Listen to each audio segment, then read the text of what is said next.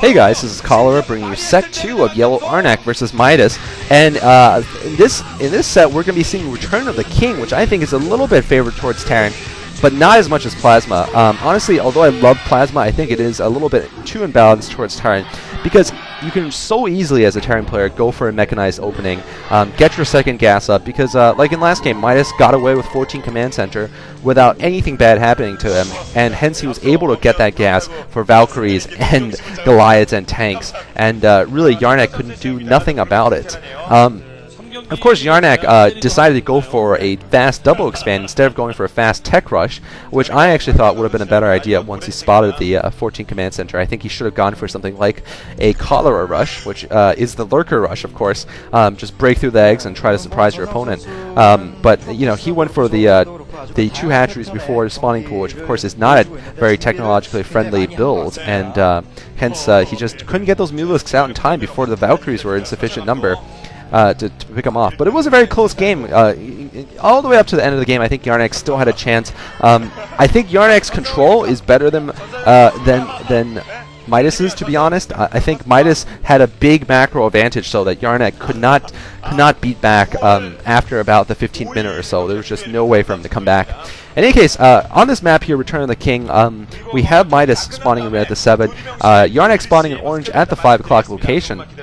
And I would say this map is a little bit favored towards Terran because there are 2 natural expansions, both with gas, and there is that easy to hold protected mineral-only expansion behind your base on that little island, which of course the Terrans can pick up fairly easily, although it does require them to build a dropship. Actually, they can't pick up for free. They can't just float a command center because there is a mineral patch blocking the landing spot. But anyway, so a few videos ago I posed the question to you guys, one dilemma I've always had, which is what is it like to have 1 HP, and what exactly does it mean? By the way, Arnc going for a 12 hatchery build here. We'll see what Midas decides to do, if he decides to do 14 Command Center or something again. But no, it looks like he's actually going for a 2-Rax build here. But fortunately for Arnc, he is going to scout this with his drone. It looks like, yeah, he will be scouting this position first, so he is going to know what's coming. And it is going to be a quick medic marine rush here, or even a pure marine rush. But unfortunately for Midas, this is going to be revealed very quickly. Arnc in both games going for the fast drone scout, and I think this is actually a very good choice for Zerg players. More Zerg players should scout with drones, I think, especially against Terran, because Terrans are just so sneaky nowadays. Not every Terran is going for the standard, 1 Rax into command center. We're seeing plenty of Terrans do sneaky stuff here, and Zerg need intelligence beyond their overlords too. Anyway, so Arnc doing a good bit of harassment here with his drone. We'll see what Arnc decides to respond with, if he decides to just go for a 2 hatchery build and get some tech up quickly, or if he still plays a standard game, getting a 3rd hatchery and then maybe a sunken or 2. We'll have to see though. But Arnc looks like he hasn't even gone. Sorry, Midas has not even gone for gas yet, and yeah, Arnc is going to put that hatchery inside his base, the 3rd hatchery, of course. He's not going to go for another expansion, which would be suicidal at this point against the 2-Rax opening. And we're seeing a couple of Marines already out for Midas. Midas going for that 10 Rax. Could have been even a little faster, 10 Rax, 11 Rax, or something like that, going for the 2 Rax build. And Arnc does have his first Zerglings out, though. But I think 1 sunken colony will probably be enough to fight off the initial Marines, at least. Arnc now picking up his gas. And by the way, for those of you who missed it in the last video, the 2 answers I found best were for my dilemma was that one was that HP is armor, and that actually, well, both answers said a unit can only take 1 solid hit, like 1 solid shot from a bullet. The first one said that HP is a measure of armor protecting the sensitive areas. So when you're at 1 HP, all your armor is blown off. If you're a Marine, the hard shell of the tank is blown off, all the exoskeletons blown off from Goliath. And for Zerg players, I guess all your chitinous exoskeleton parts are all blown off, and you only take 1 more shot to get killed. The second best explanation, actually no, it's just as good. The second great explanation is that everything is a measure of luck. The HP is a measure of luck, a sort of an abstract measure. And now we're seeing the second creep colony going up for Arnc. He needs to defend, of course, against the sunken break. And he will have the advantage if he manages to defend here successfully. He's probably going to go for a very standard Spire opening here. And he's got a couple of Zerglings sneaking forward here. They're going to meet the first Fire Bat, though, and the Fire Bat's going to say, hello, get off my ramp. Get off my porch. But no, Arnc managing to slip 3 Zerglings through. Not speed upgraded, though, unfortunately for them. so they're not going to be able to harass that much. But still, the fact that he's gotten in and gotten the Eiffel is going to help him. And he's also, importantly, delaying the fire bats from getting to where they need to be. If Midas really wants to go for a sunken break, he needs them, obviously, to help him with the sunken break. Yarnec going for 4 sunken colonies. That's definitely going to mean he's safe for now. Although I think that's 1 too many. I think you could have gotten away with just 3. But anyway, the second explanation is very satisfying also, I think.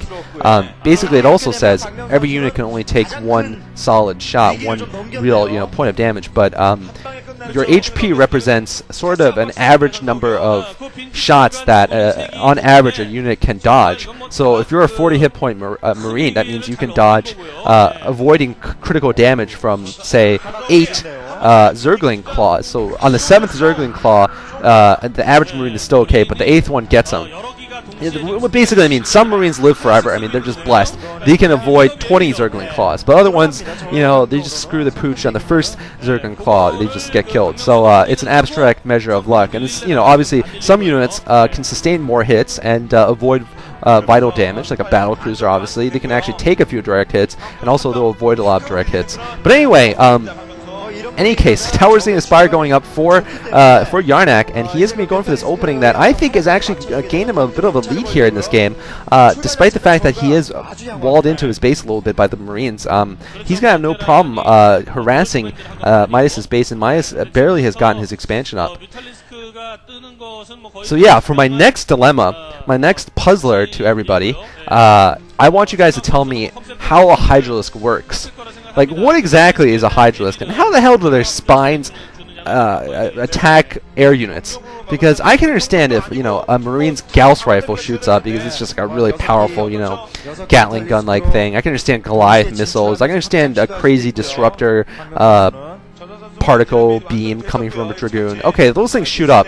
But a Hydralisk is kind of like a spear chucker, basically. He's, the Zerg lore is that he was once an herbivore, actually. Hydralisks were once peaceful herbivores who developed, who the Zerg assimilated and created into very carnivorous and ferocious beings who could spit spines that were originally used just for defensive purposes.